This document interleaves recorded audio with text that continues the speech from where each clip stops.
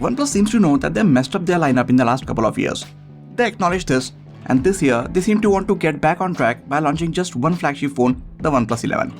There won't be a pro version of this phone, at least not for the next 2-3 months, so this OnePlus 11 is their top of the line phone right now. Hey guys, it's Sagar, and in this video we take a very detailed look at all the cameras on this OnePlus 11. OnePlus is still working with Hasselblad to tune their cameras, and this is the third year of their 3-year-long partnership, so hopefully this time around both the companies have everything figured out. Like many people, I wasn't very satisfied with the cameras on the OnePlus 9 Pro, and that was actually the year when OnePlus really went all in about boosting their partnership with Hasselblad. They didn't create much hype around the OnePlus 10 Pro, and its cameras were actually more to my liking, and they even got better with software updates over the last year. Let's hope that the cameras on the OnePlus 11 are even better this time. The camera module is still an island which is a part of the overflowing metal frame which runs around the device. But instead of a square like on the OnePlus 10 Pro, this time it turns into a circular module which still holds 3 cameras and a flash. The Hasselblad branding is now moved back to the horizontal position. Now we are going to check out the specs of these cameras. If you guys want to skip over this information, you can click ahead and head straight to the image and video samples from the chapters on the timeline of this video. Main camera at the back gets a 50MP Sony IMX890 sensor with f1.8 aperture, 24mm lens and optical image stabilization. Next one gets a 32MP sensor with f2.0 aperture and a 48mm lens. This one gives us 2x optical zoom compared to the main camera. This is a downgrade compared to the OnePlus 10 Pro because it came with a 3.3x telephoto lens.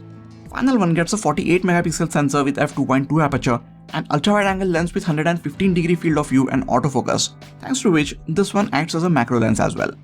Only the main camera can shoot 8K videos at 24fps. It can also shoot 4K videos at 30 and 60fps.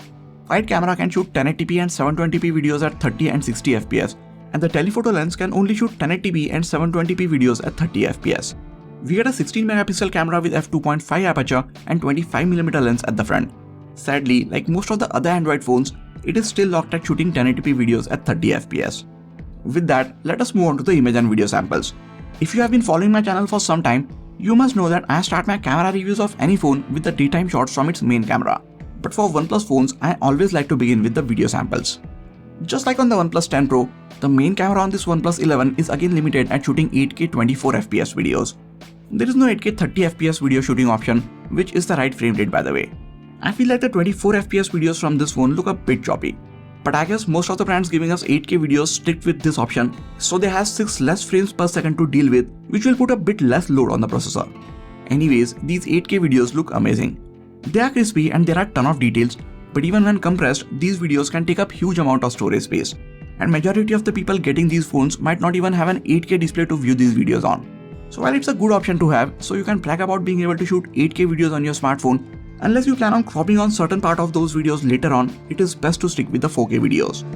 You can shoot 4K 30 and 60fps videos with the main camera, and fortunately, OIS and EIS are working together for both frame rate options. As you would expect, these videos look very good and stable. I feel like the videos from this phone tend to overexpose for most of the scenes, making them look much brighter, so you might have to adjust the exposure manually for almost all of your videos. And I also found these videos to look slightly faded compared to how the colors looked in real life. Like for example in this video, this wall looked much lighter, while in reality it was much more saturated. These are little things, and I feel most people won't even care about them, but since I noticed them, I thought I should mention them. Sadly, we can't take 4K 120fps videos with this phone. It was one of my favorite video shooting modes on the OnePlus 10 Pro, and even though the processor on this phone is more than capable of handling these frame rates, OnePlus did not give us that option. The wide lens can shoot 1080p and 720p videos in 30 and 60fps, but the telephoto lens can only shoot at 30fps, both at 1080p and 720p resolution. So if you want to take video where you switch between all 3 lenses, you will have to shoot at 1080p 30fps. The shift between the cameras is not seamless because you can clearly see a difference in the white balance and color temperature while going from wide to normal to the telephoto lens. There is a ton of noise in the low light videos from the main camera, which is surprising. You can even see a few jitters with each of my step, and you don't expect to see these things when you have OIS and EIS working together. This was a very well lit scene and I was happy while taking this video, but when I checked it out later on, even this video is filled with a lot of noise which was not expected at all. Here's a video from the front facing camera of the OnePlus 11. You can see how it is handling the overall colors of the scene, exposure and stabilization when I'm walking around with it. Now although the processor and image sensor is capable of handling 4K videos, OnePlus is still limiting this camera at shooting 1080p 30fps videos for some reason. With that, let us move on to the image samples. Most of the people use the main camera on their phone majority of the time, so I will start with the images which I took with the main camera during the daytime. It was a nice and sunny day, so the conditions were pretty much ideal for any smartphone's camera.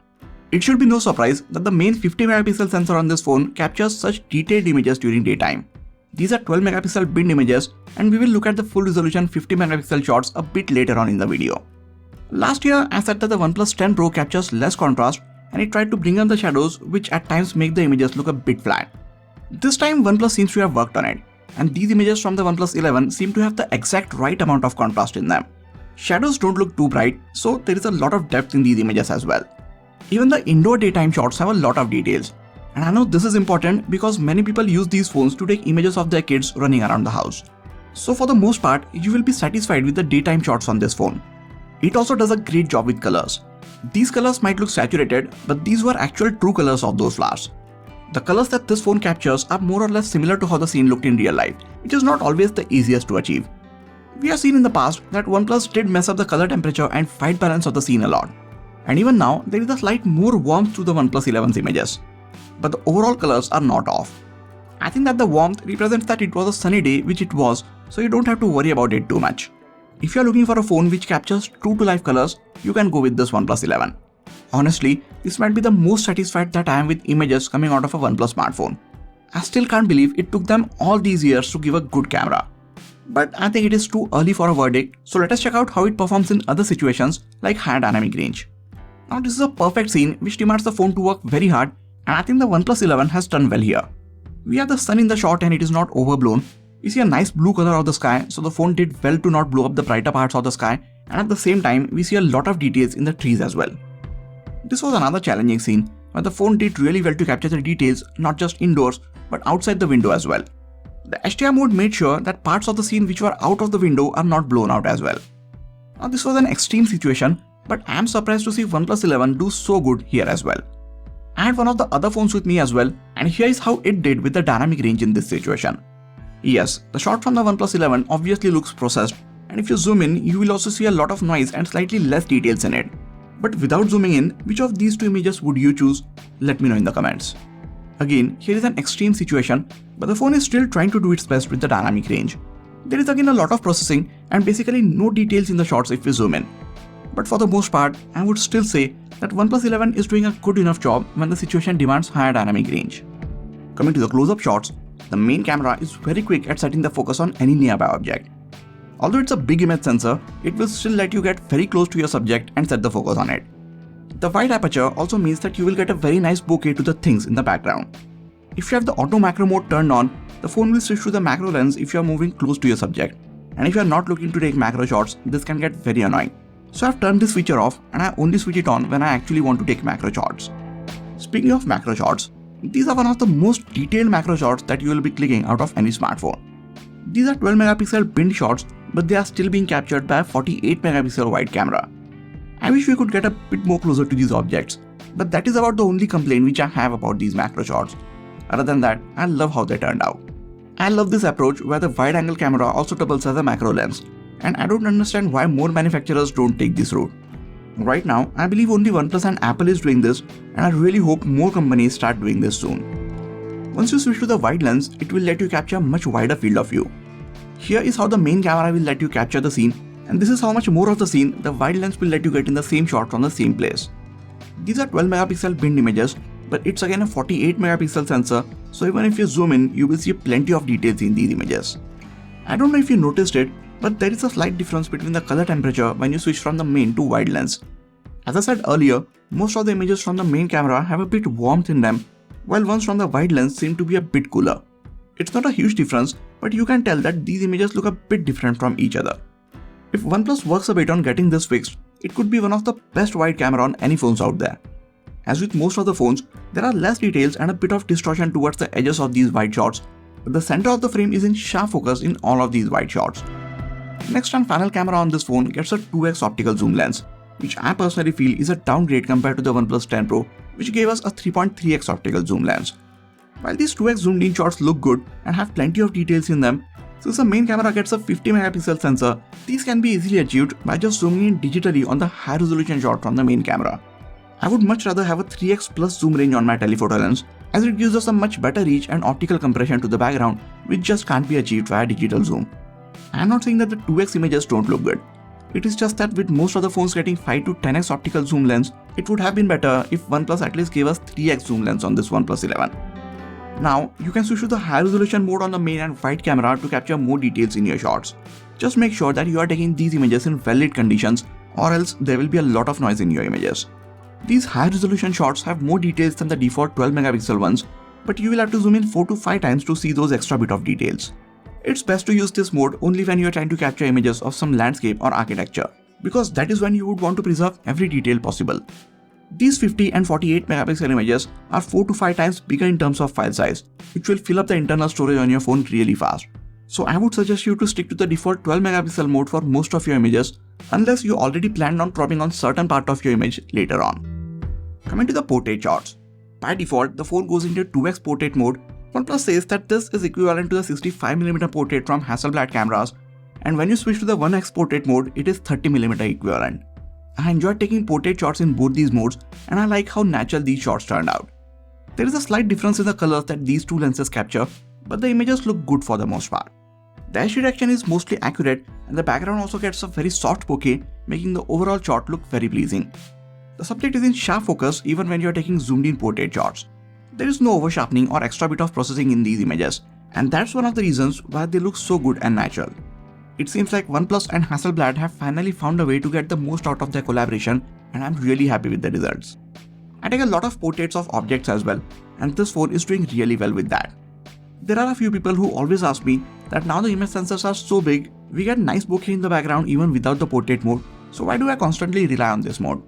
Well, the answer is, for natural bokeh to appear, I will have to be much closer to the subject, which will limit my composition. And no matter how big a smartphone's camera sensor is, it just can't achieve the creamy background blur from this far. So although smartphone image sensors are getting bigger, the close-up shots are still not a substitute for the portrait mode, at least for me. With that, let us check out some images which are taken in artificial and lower lighting conditions. With a big image sensor, we also get a wide aperture and OIS on the main camera, and that helps us capture such good images in artificial and low light. There are a lot of details and basically no noise in the images when there is any sort of ambient light around. Somehow, these images capture a lot more light than you could see with your own eyes.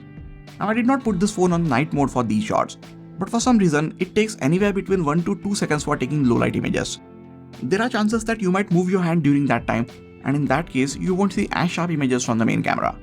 I don't know why the OnePlus 11 takes this long to capture images in low light. When I actually switched to the night mode, the images were captured really fast. I don't know what is happening there.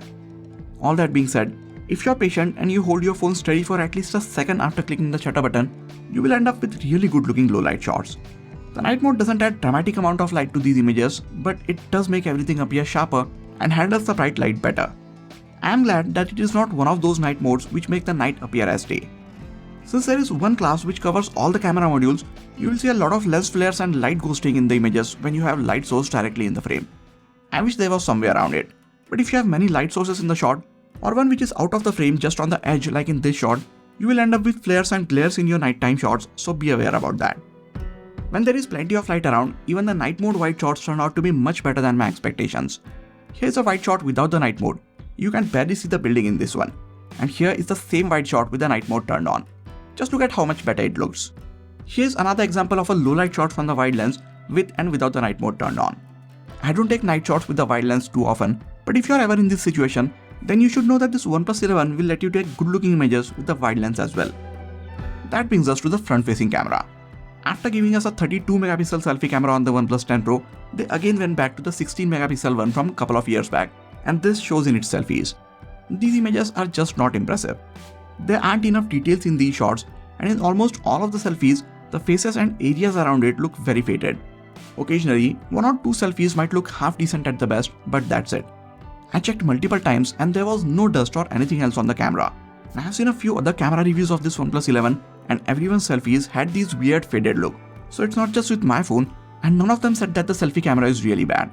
But I am here to tell you the complete truth, and trust me, if you take a lot of selfies then this phone is not for you. Which is sad because the rear cameras are really good. You have the same problem with the portrait selfies, but since rest of the image is blurred out, the face appears to be sharper in this one, which is good. HD detection is good and the phone does well to gradually blur rest of the background in the shot. That being said, I am nowhere as satisfied with this selfie camera as I am with the other cameras on its back. There are other better selfie cameras on phones in this price range or even on the ones which is priced lower than this.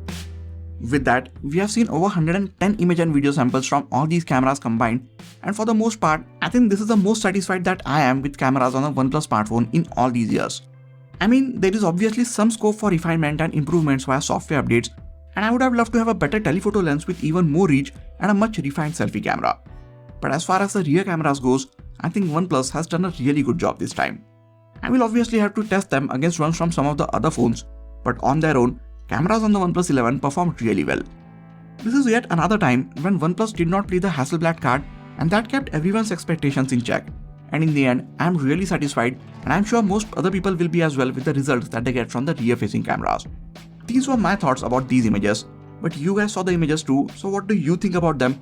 Let me know in the comments. If you guys are looking to purchase the OnePlus 11, I will really appreciate if you get it from the affiliate links from the description section.